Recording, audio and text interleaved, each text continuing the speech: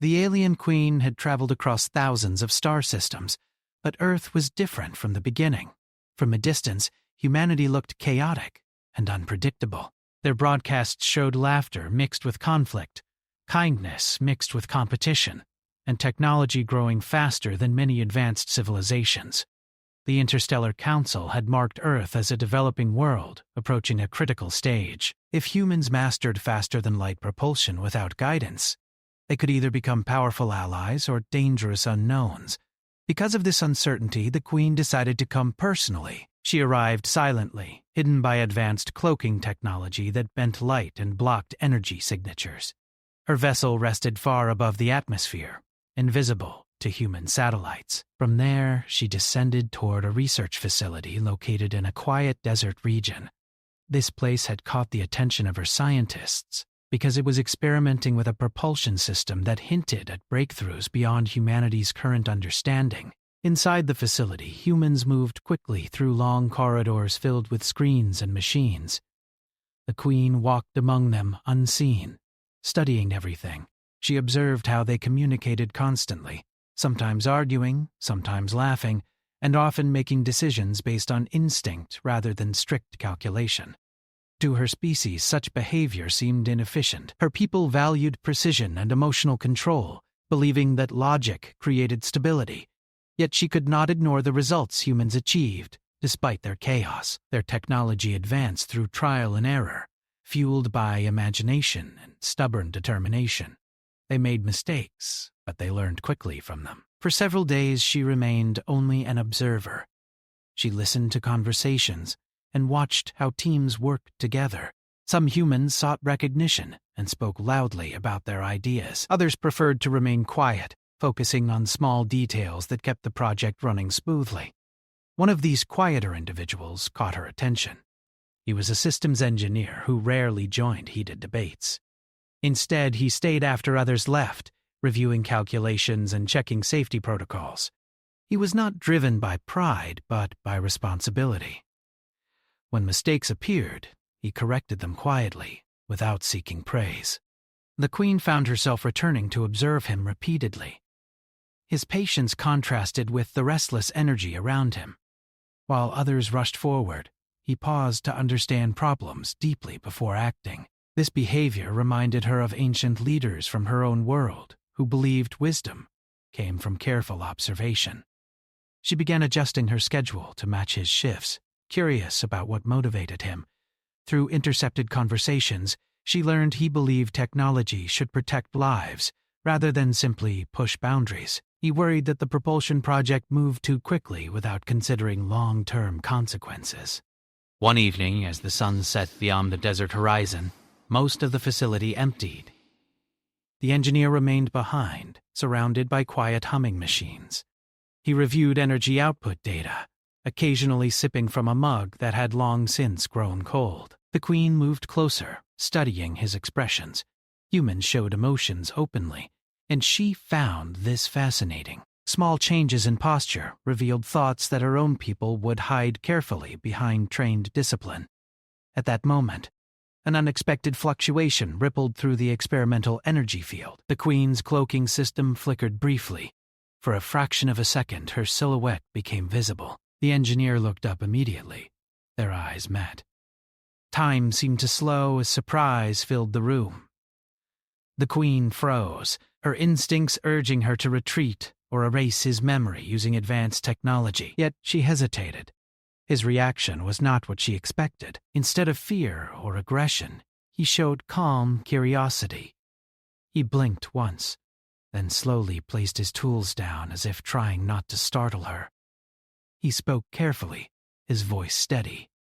He asked if she was real or a projection created by the experiment.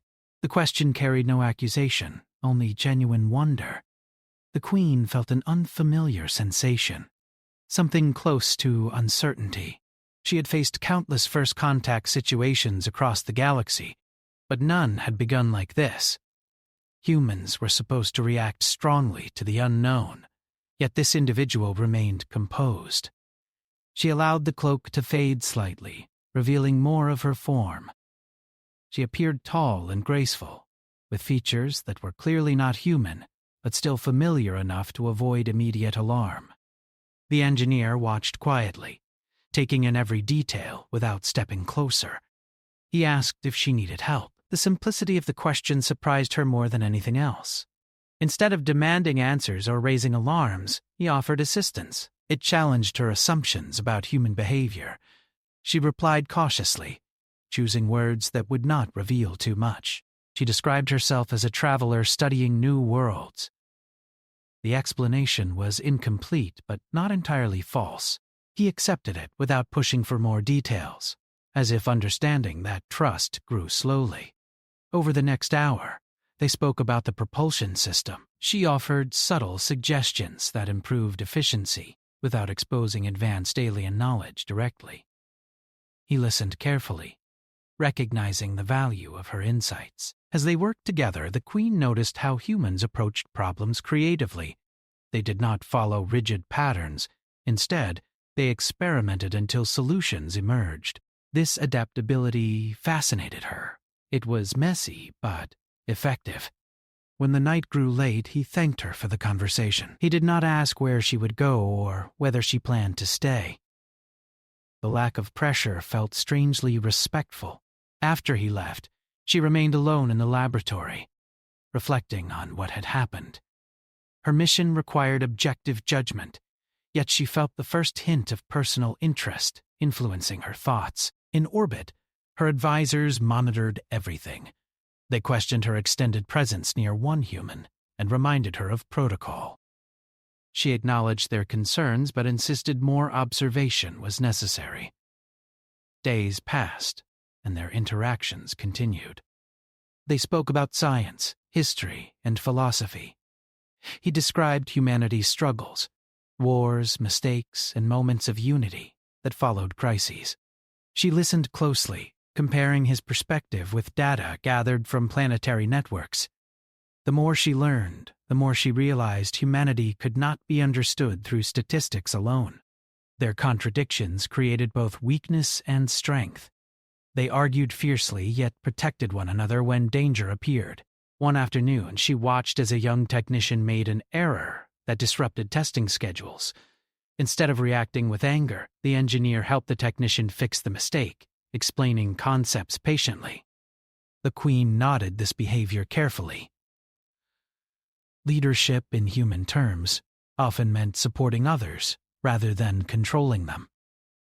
Late one evening, as they discussed energy harmonics, he asked her a question she had not expected. He wanted to know what her homeworld looked like. The Queen paused, unsure how much to reveal. Finally, she described vast oceans of silver light and cities grown from living crystal. His reaction was quiet amazement, free from disbelief. That moment created a deeper connection. She realized he saw her not as a threat, but as someone worth understanding. Outside the facility, unseen ships moved closer to Earth. Other alien factions had noticed unusual activity and were preparing to investigate. The Queen sensed the growing tension but chose to focus on her observations. During another test sequence, a sudden energy surge caused alarms to activate. Workers rushed to stabilize systems. The engineer remained calm, directing others with clear instructions. The Queen assisted discreetly, ensuring safety while avoiding attention. After the crisis passed, he looked toward her with gratitude. He did not fully understand who she was, but he trusted her presence. That trust affected her deeply. For centuries, she had ruled through authority and duty. Now she experienced something different, a partnership built on mutual respect rather than hierarchy. As she returned to her hidden ship later that night, she realized her mission had already changed. She had come to judge humanity, but now she wanted to understand them more deeply before making any decision. And somewhere in her thoughts remained the memory of the moment their eyes first met, when curiosity replaced fear and the boundaries between observer and subject began to disappear. The days after their first meeting passed quietly, but nothing felt ordinary anymore. The alien Queen continued to visit the research facility, sometimes visible, sometimes hidden behind her advanced cloak. She observed the humans more closely than before, not only as subjects of evaluation but as individuals whose actions carried meaning beyond simple data. The engineer noticed small changes in her behavior. She asked more questions about human culture, emotions, and decision-making. Instead of only studying technology, she watched how people interacted with each other during moments of stress and cooperation. He sensed she was searching for something deeper, though he did not know exactly what. One evening, as they reviewed propulsion test results, he explained how human progress often came from failure. He told stories about early experiments that went wrong, but later inspired better designs. The Queen listened carefully. On her world, mistakes were minimized through strict planning, but humans embraced risk as part of growth. She began to realize that humanity's unpredictability was not simply chaos, it was a form of adaptability. Humans adjusted quickly, learning from changing situations rather than resisting them. Meanwhile, far beyond Earth's orbit, signals from her hidden ship reached the Interstellar Council. The Queen's advisors noticed delays in her evaluation report. According to protocol, she should have already submitted preliminary conclusions. Concern spread among the alien observers. Some believed she was becoming too emotionally involved. A group of distant commanders sent a message requesting clarification. They warned that if Earth's development continued unchecked, rival factions might intervene. The Queen acknowledged the message but chose to continue her direct observation. She believed the final judgment required understanding humanity's character, not just its technology. At the research facility, testing entered a new phase. The propulsion system required high-energy simulations that pushed equipment close to its limits. Engineers worked long hours, and tension grew as deadlines approached. Despite pressure, the quiet engineer maintained his calm focus, supporting others and solving problems, one at a time. The Queen admired his steady approach. He did not seek recognition, yet others naturally followed his guidance. She asked him why he helped so much when he received little credit. He answered simply that success belonged to the team, not one person. His words stayed with her long after the conversation ended. During a break, they walked outside together. The desert sky stretched wide above them, filled with stars. The Queen felt a strange connection, looking at the sky from Earth's surface. She had seen these stars from countless worlds, but standing beside a human gave the moment new meaning. He pointed toward a constellation and explained how ancient humans created stories about stars to understand their place in the universe. The Queen realized that humans used imagination to cope with uncertainty. Instead of fearing the unknown completely, they transformed it into inspiration. Later that night, a serious problem emerged during a propulsion simulation. Energy readings climbed unexpectedly, threatening to overload the system. Alarms echoed through the facility. Scientists rushed to shut down processes, but the system resisted commands. The engineer moved quickly toward the control center. The Queen followed, sensing danger. She calculated thousands of possible outcomes within seconds. Without intervention, the energy core might destabilize, causing massive damage. He began issuing instructions, coordinating teams, and adjusting parameters. Despite the chaos, his voice remained calm. The Queen watched how humans responded to confidence rather than authority. They trusted him because he believed in their ability to succeed. Seeing the risk increase, she decided to act more directly. Using subtle manipulation of energy frequencies, she stabilized the core just enough for human systems to regain control. To the team, it appeared as if their adjustments had worked perfectly. Only the engineer noticed that something unusual had happened. After the situation ended, he approached her quietly. He asked if she had helped. She paused before nodding slightly. Instead of questioning her methods, he thanked her. The simple gratitude affected her deeply. As days passed, they shared more conversations about their worlds. She described advanced civilizations that had lost creativity because they pursued perfection above all else. He spoke about humanity's constant struggle to balance progress with ethics. Through these discussions, she began to see humanity as more than a potential risk. They were a species still learning, still growing, and capable of surprising change.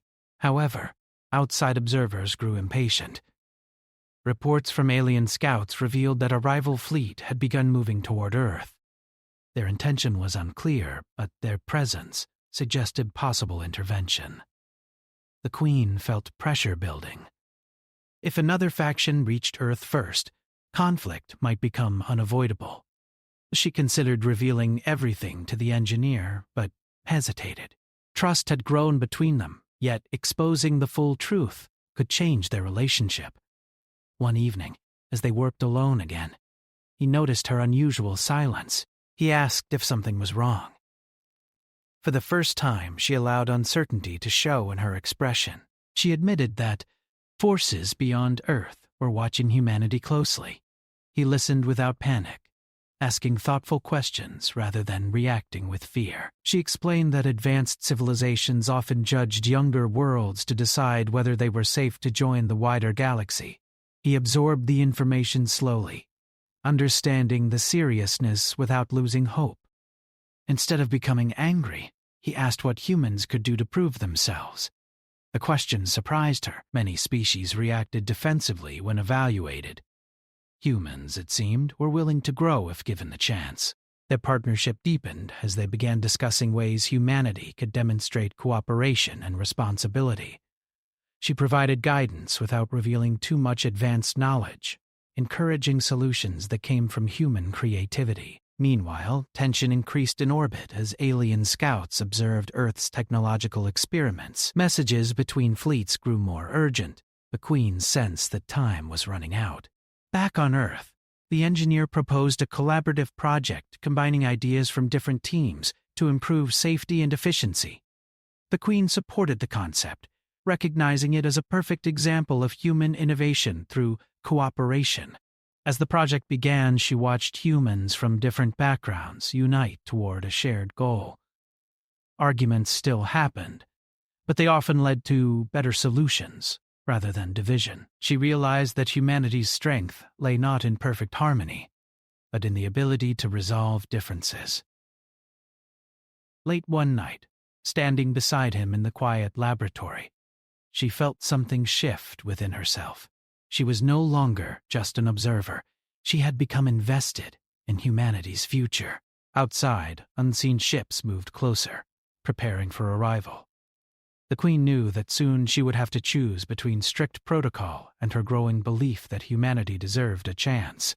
And as she looked at the engineer, she understood that the moment their eyes first met had begun a transformation not only for her mission, but for herself as well. The quiet balance that had formed between the alien queen and the human engineer did not last long. Far beyond Earth's atmosphere, movement began to change. Sensors aboard the Queen's hidden vessel detected incoming ships entering the outer edge of the solar system. They did not belong to her own fleet. Their signatures matched a rival faction known for strict control over developing civilizations. The Queen watched the data carefully, knowing that their arrival could change everything. She returned to the research facility earlier than usual that day. The engineer noticed tension in her posture immediately.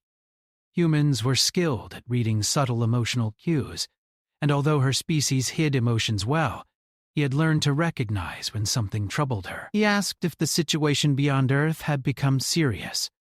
She hesitated only briefly before confirming that unknown forces were approaching. She explained that these observers believed younger species should be tightly controlled until they reached a specific level of stability. Their methods were not openly aggressive, but they were strict and often dismissive of emotional development. The engineer listened quietly. Instead of fear, he showed concern for others. He asked whether Earth was in danger and whether there was anything humans could do to avoid conflict. His calm reaction reassured her that she had not misjudged him. As hours passed, signals from orbit became stronger. Human satellites began detecting faint anomalies, though they could not yet identify their source. Governments quietly entered high alert modes, unaware of the full truth but sensing something unusual. The Queen knew she could no longer keep everything hidden. She invited the engineer to a private location within the facility, where no one else could hear them. There she revealed her true identity as a ruler responsible for evaluating, developing worlds. She described the Council, the rival factions, and the possibility that humanity might soon face judgment from outsiders. He absorbed the information slowly. For a moment he said nothing, processing the weight of her words.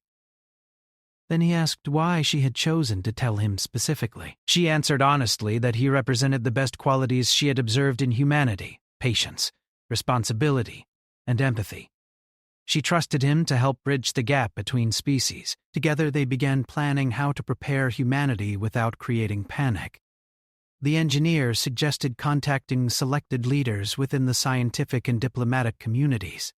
The Queen agreed, understanding that humans valued transparency and cooperation. A small meeting was arranged late at night. Scientists and officials gathered, expecting a routine briefing. When the Queen revealed herself fully, shock filled the room. Some reacted with disbelief, others with cautious curiosity. The engineer stood beside her, explaining how he had worked with her and why he believed she was not a threat. Gradually, the tension eased as she shared evidence of advanced technology and explained the approaching fleet. She avoided overwhelming them with too much information, focusing instead on solutions. She emphasized that humanity still had a chance to demonstrate readiness for interstellar cooperation. Human leaders debated intensely, but quickly united around a common goal. Despite cultural differences and political disagreements, they recognized that survival depended on cooperation. The Queen observed this transformation with admiration. Humans argued strongly, but once a shared purpose emerged, they worked together with remarkable speed. Meanwhile, the rival alien fleet entered closer orbit. Massive vessels appeared as faint shadows against the stars, invisible to most human eyes but clearly present to advanced sensors. Their commanders transmitted a formal message demanding evaluation proceedings begin immediately. The Queen prepared herself for confrontation. She knew these leaders respected strength and clear reasoning above all else. She also knew they doubted humanity's emotional nature. Negotiations began through secure communication channels. The rival commanders questioned her delayed report and demanded explanation. They argued that humanity's history of conflict proved instability. The Queen defended humanity, citing recent observations of cooperation and resilience. She explained that humans learned through experience rather than strict order. The engineer assisted by providing examples of human achievements born from collaboration. He described how humans united during crises, using creativity and compassion to overcome challenges. The alien commanders listened, but remained skeptical. Tension grew as debates continued. Some alien representatives suggested limiting humanity's technological progress until further study could be completed. The Queen realized that passive discussion might not be enough to change their minds. During a private strategy meeting, the engineer proposed a bold idea. Instead of simply arguing, they could demonstrate humanity's potential through action. He suggested combining alien energy stabilization methods with human experimental design to create a new form of propulsion test that emphasized safety and innovation. The Queen recognized the risk, but also the opportunity. If successful, it would show that humans could work alongside advanced species as equals rather than subjects. She agreed to help.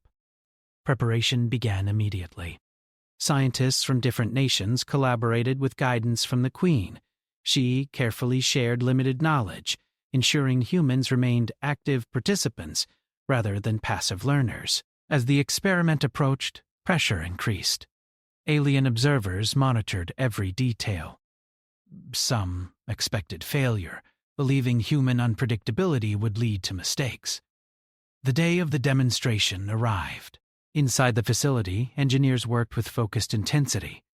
The Queen stood beside the human team, not as a distant ruler, but as a partner. The engineer led coordination, ensuring every voice was heard.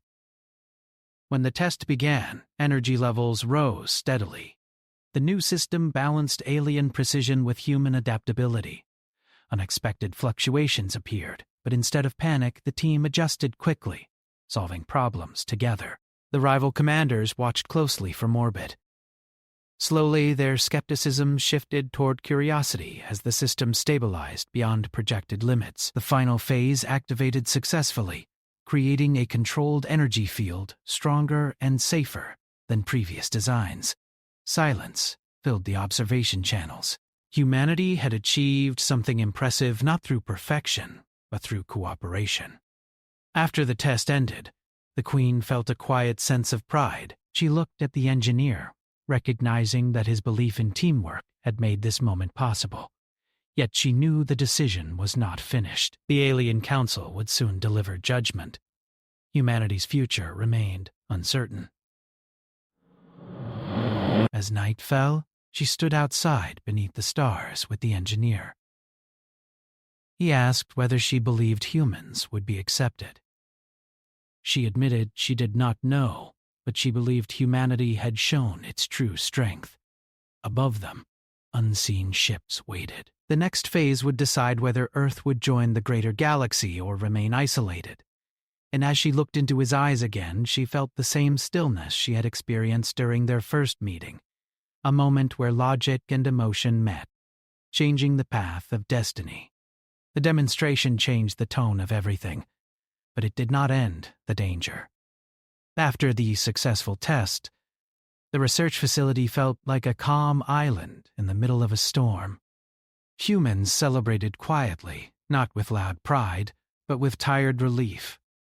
They knew they had done something important, yet they also knew powerful eyes were still watching from above. The alien queen returned to her hidden ship for the first time in several days.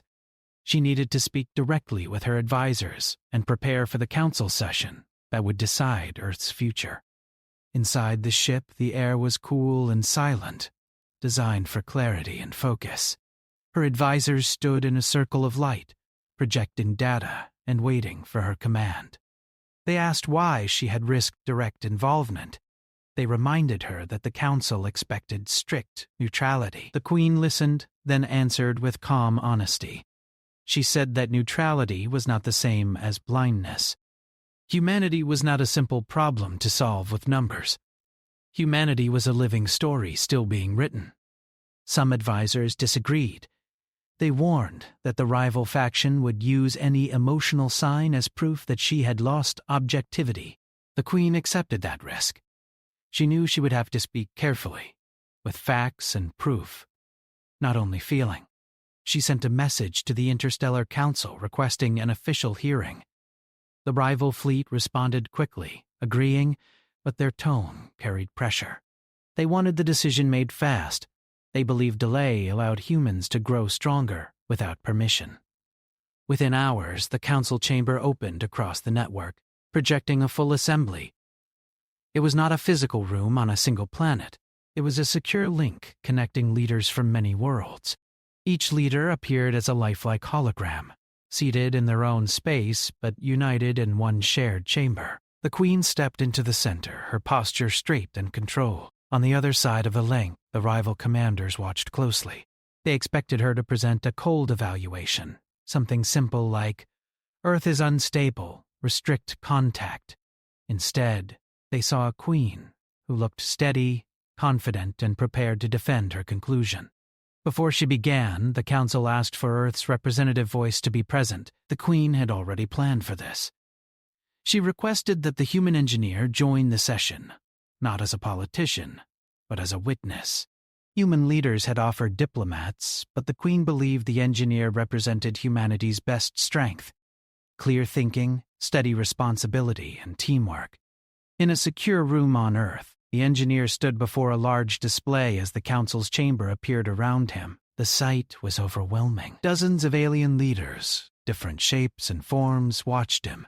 He took a slow breath. He was nervous, but he did not show it. He focused on the reason he was there. The Queen began her report. She presented Earth's technological progress, but she did not hide the weaknesses. She admitted humans still argued and made mistakes. She explained that their history contained conflict and division. The rival commanders looked satisfied at first, believing she was building a case against humans. Then the Queen shifted. She showed data from recent days: global cooperation, scientific teamwork across borders, quick coordination under pressure, safety improvements made not by fear but by shared responsibility. She highlighted the moment of system failure when humans acted fast to protect each other. She emphasized how humans had listened, adapted, and improved without needing strict control forced upon them. The council questioned her. They asked why she believed humans should be trusted when their emotions were so strong. The Queen answered that emotion was not only a weakness. In humans, emotion often became motivation. It pushed them to care about outcomes, to protect others, and to keep trying when logic alone would suggest giving up. One elder leader asked the engineer to speak. The engineer stepped forward slightly, keeping his voice clear and simple. He said that humans were not perfect and would never claim to be. He explained that humans learned by facing real problems, not by avoiding them. He described the propulsion project as more than a machine. It was a test of character. When danger came, humans did not run away or blame each other. They worked together. They accepted responsibility. They corrected mistakes and improved. A commander from the rival faction interrupted, asking why the council should believe one engineer. The engineer did not argue. He simply said that the proof was already shown in the demonstration results and in the teamwork that made it possible. He added that humans were ready to learn from those who came in peace and ready to cooperate with strict rules. Rules that protected everyone, not rules that crushed growth. The council turned back to the Queen. They asked the most important question. If humanity was accepted, how would the galaxy stay safe? The Queen had prepared for this. She proposed a structured path, not full access at once. She suggested that humanity receive provisional membership with clear milestones. Advanced knowledge would be shared gradually.